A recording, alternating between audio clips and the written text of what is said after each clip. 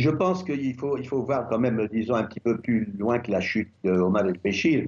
Il se trouve que ceux qui ont destitué Omar el-Béchir, après beaucoup de tergiversations, ce sont les hommes de Omar el-Béchir, comme il arrive souvent. Donc, ils sont des proches, finalement, qui ont décidé de le destituer, de le mettre en résidence surveillée. Et ce sont des militaires. Omar el-Béchir, ne l'oublions pas, était venu au pouvoir par un coup d'État militaire, soutenu par les frères musulmans, quand même, par les islamistes des frères musulmans.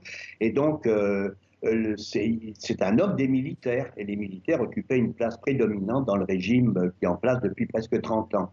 Alors, je crois que pour la transition, c'est effectivement, mais je pense, les manifestations, c'est vrai qu'il y a beaucoup de monde qui manifeste et qu'il y a une opposition très, très bon, populaire, disons, et qui est très composite aussi.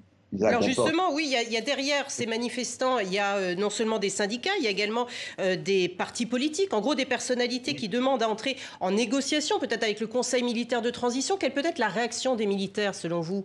La réaction des militaires, je pense que les militaires, enfin, on peut le penser, dans beaucoup de pays, finalement, notamment des pays où le régime démocratique est très mal assuré, finalement, l'armée, les services de renseignement, ça reste un petit peu le cœur de l'État profond, comme on dit, c'est une notion à la mode actuellement.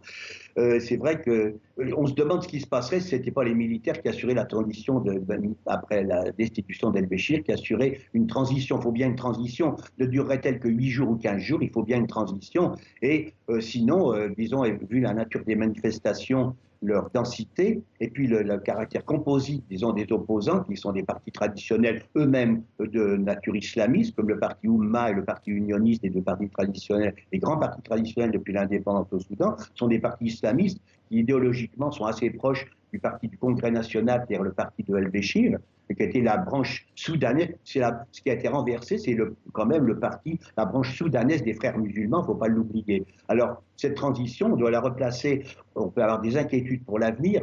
Il n'y a pas vraiment de successeur légitime qui s'impose de lui-même, il y en a peut-être plusieurs, mais ça pourrait être un grand désordre. Et en période d'incertitude, on se demande ce qu'il arriverait au Soudan. Le Merci. Soudan a déjà été extrêmement déstabilisé en 2011 par quand même une partition. Le Soudan a plein d'amis, des amis entre guillemets, qui ne lui veulent pas forcément du bien.